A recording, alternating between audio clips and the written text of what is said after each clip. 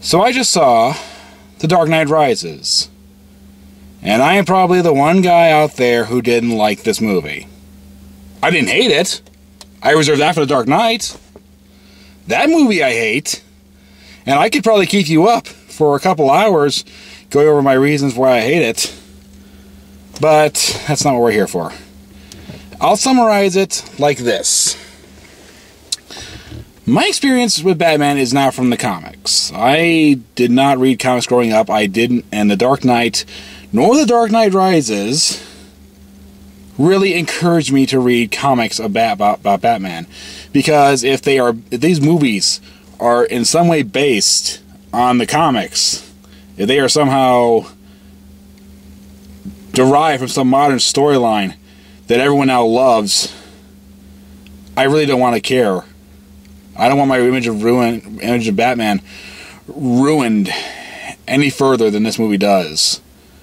Because my experience with Batman comes from the Tim Burton films.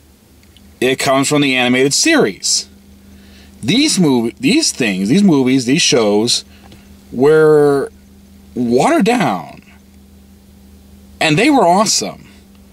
You were talking about, movies that were really suckered in by this, by the times they lived in, and were marketed to kids. And they made Batman look awesome.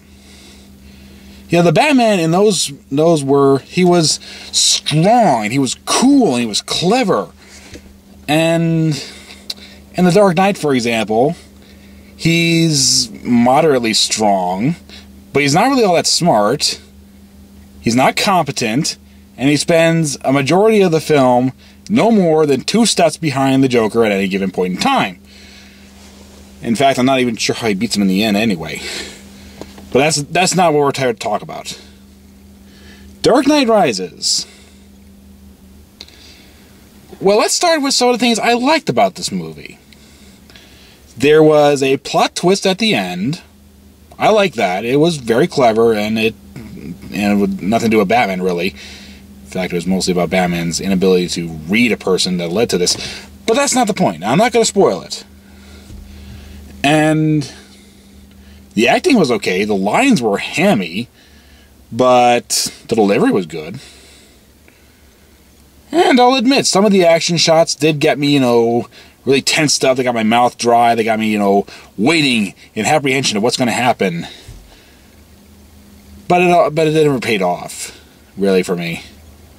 I mean, there's a scene I will spoil at the very end where Bruce Wayne, Batman, flies his bat-inverted helicopter. I don't know what the thing is. I don't know what this thing was. But he flies this with a bomb out across the ocean, or the bay, whatever, and blows it up with him in it. And this happens, and I wanted to very audibly, so everyone could hear me, go, "Oh no, Batman has died. He has been blown to smithereens by a nuclear bomb.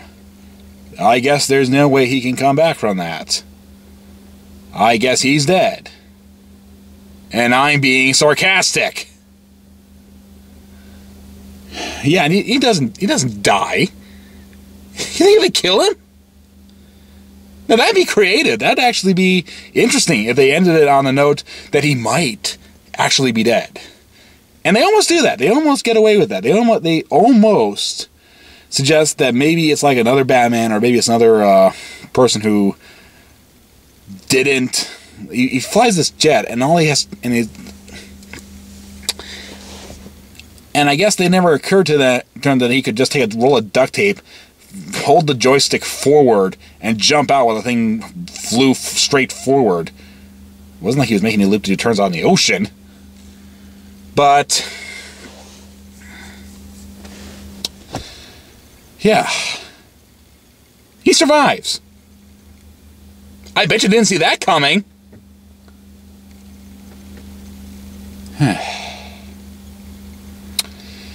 And here's another problem with The Dark Knight that I had with this film too. Well, going into this film, I had a lot of predictions about how things were going to turn out. Some of them were right, some of them weren't. My biggest prediction, I was hoping wouldn't come true. And that was in The Dark Knight, everyone was incompetent.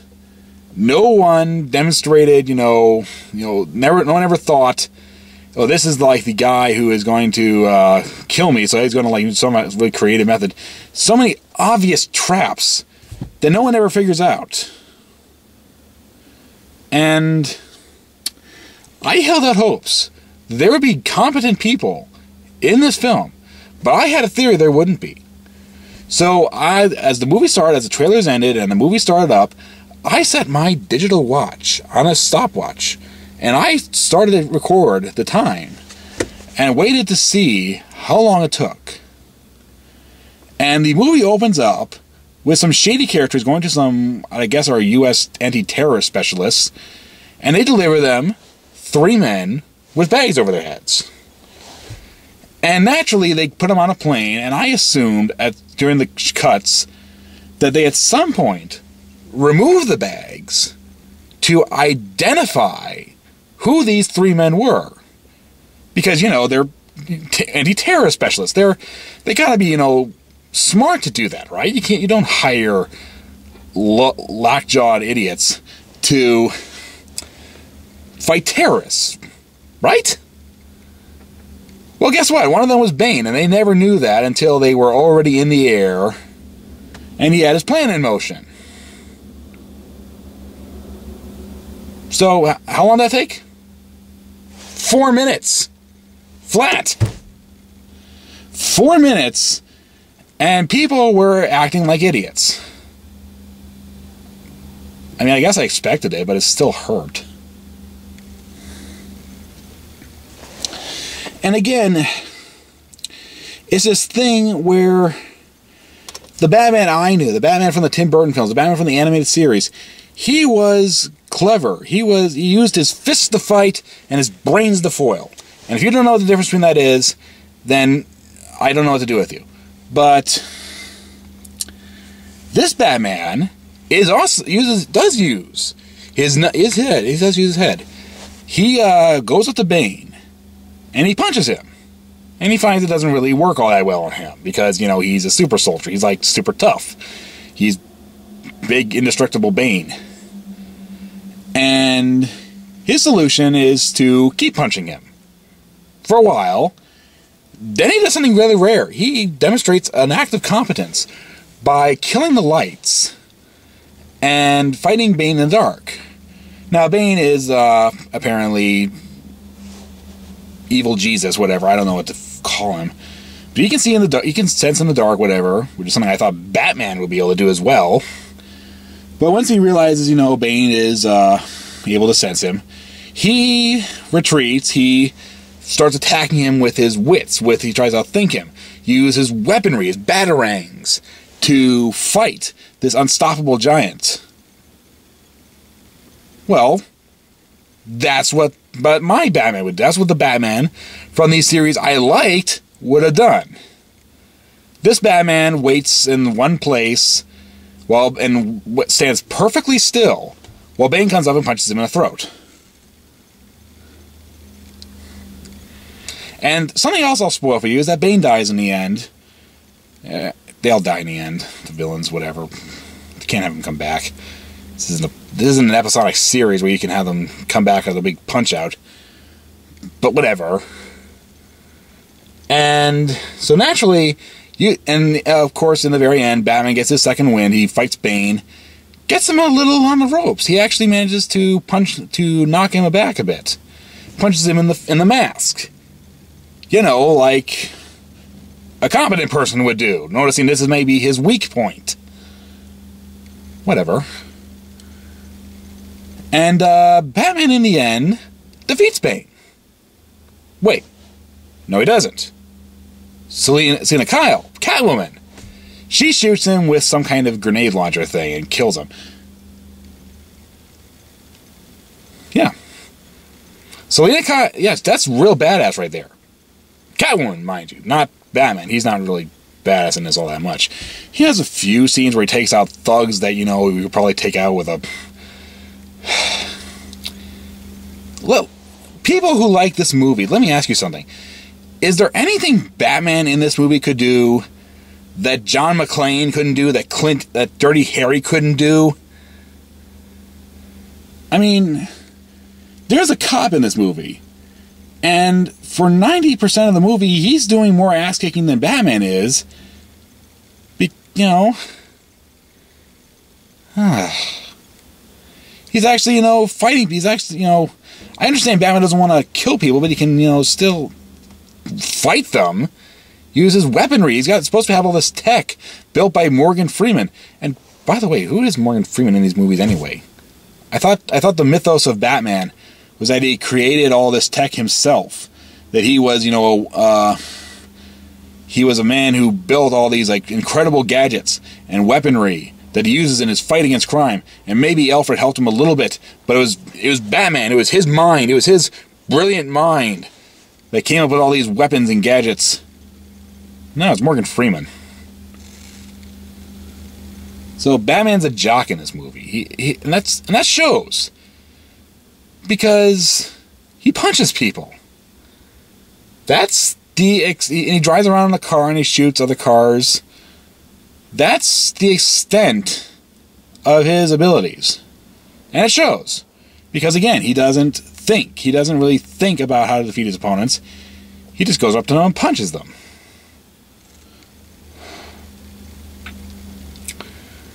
But, and you know, it's all these little things that get to me about this movie. Like, Bane's big plan is to live underground in these sewers, and his plan is to break into Bruce Wayne, or Morgan Freeman's really, armory, and steal all his weapons and all this stuff he's been building. And he's been trying to keep the stuff out of the wrong hands, so evil people like Bane can't get a hold of them. And so, naturally, he has, you know, defense mechanisms. They tunnel underneath to get his armory, but he has defense mechanisms. He has, you know, bombs maybe rigged up to the weapons in case they ever fall into the wrong hands. Or he has cameras monitoring this, and if anyone like detects any wrong movement or any kind of vibrations like the explosions they use to break into this thing, he's alerted and he can do something about it. Well, no. No, he built you know, all this incredibly high-tech gadgetry, but he never thought to put a camera in an alert system and a security system in the place housing all his weapons. And he learns that Bane has all his weapons when Bane walks up to him and says, "I've got all your weapons." And it's also, and another thing is that this franchise, to me, is about saying, what would happen if Batman was a real person? And there's a shit ton of stuff I can go over with that. Because Batman isn't a real person. He's a comic book character. And trying to make comic book characters real is stupid.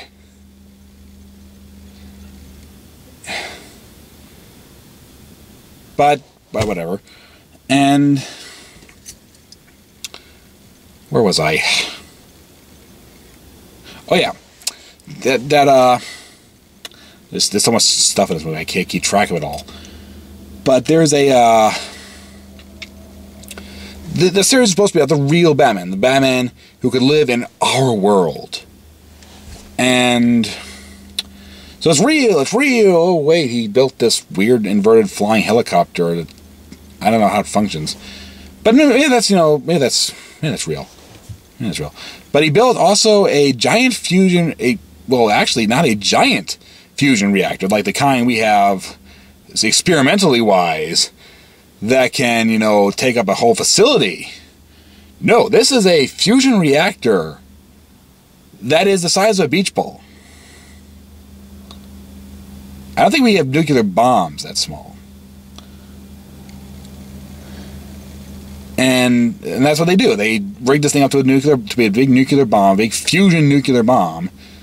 So, how did Batman get that whole thing away from it? But whatever.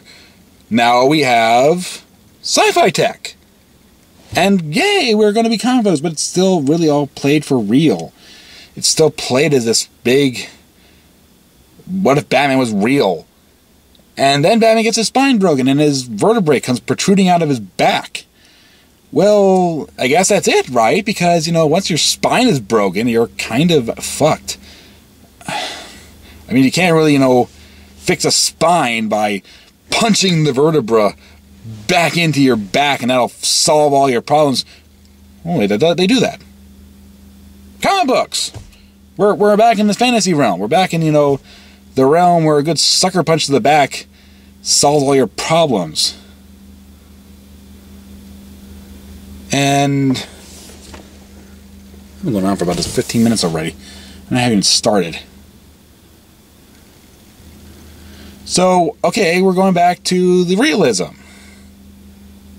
And nuclear bomb the size of a beach ball.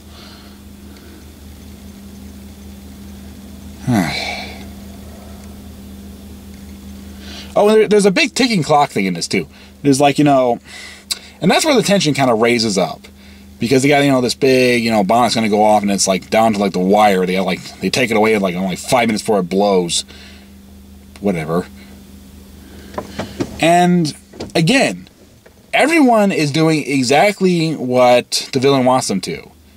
Batman is never more than 2 steps behind any of the villains, whether it's the Joker or Bane, in these movies. He is... And I guess it's okay to have your, you have the big meteoric rise from the ashes. And this is where the hamminess comes in. Because, there's a scene where he's like in this prison, and he's trying to climb out of this big hole in the ground. And as he's climbing and realizing his destiny to be the Batman, once again, a swarm of bats flies out. Convenient. And I guess at like the 2 hour and 15-minute mark, there's finally some acts of competence and bravery on the behalf of everyone. Some of Batman, but mostly other people. And this is 2 hours, 15 minutes into a 2 hour and 45-minute movie, and about 10 minutes of that is credits at the end. Whatever. And I don't really get why I'm the lone dissension on this. I don't really understand why I have a problem with this and no one else does. I mean, again, I don't want to see the same story told over and over again. I actually would like to see Tim Burton go back to writing Batman movies because that was his good stuff. But I just keep saying whatever. Because I can't win this argument. It's not like I'm going to look up and say, none of you watching this video are going to agree with me. You're going to go see this movie and you're going to say, oh, it's the best Batman movie of all time. My friends are going on about Bane is even better than the Joker. He's scarier than the Joker. Well, great. What's Batman going to be scary? His big quote, his origin story is like, criminals are a superstitious and cowardly lot, so I must take a guise that will strike fear into their hearts. No one's afraid of Batman in this movie. No one! And why should they be? I mean, I don't want to make fun of his voice, because that's a soft target. It's easy to make fun of that. But even if he didn't, and had an actual, did something that was sane, like talk in just a lower tone, so no one could, figure it out. They figure it out anyways. Everyone knows at the end. Everyone who matters. But so he talks to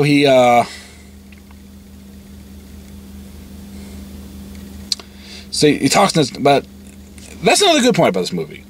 Bane's voice was actually really cool.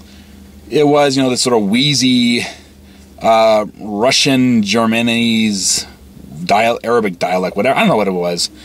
But it sounded cool. But it was hard to understand him at times.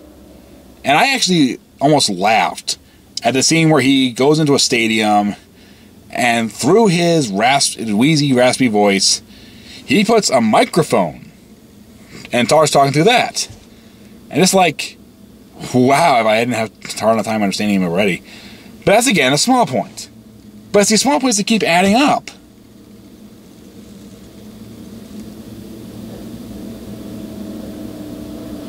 And again, I could go on about this for so much longer. But no one's going to agree with me anyway. I don't know what I'm doing here. I could have just stayed home and not bothered with this. No one would care. I could have just suffered in silence and no one would care. No one would agree with me either way.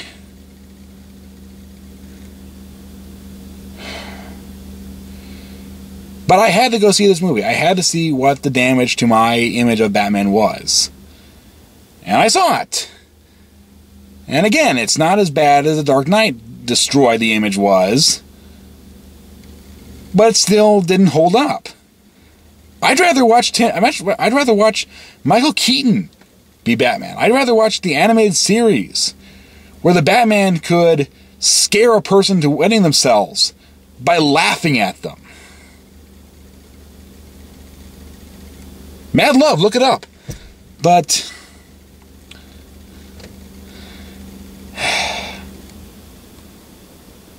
I don't know the point.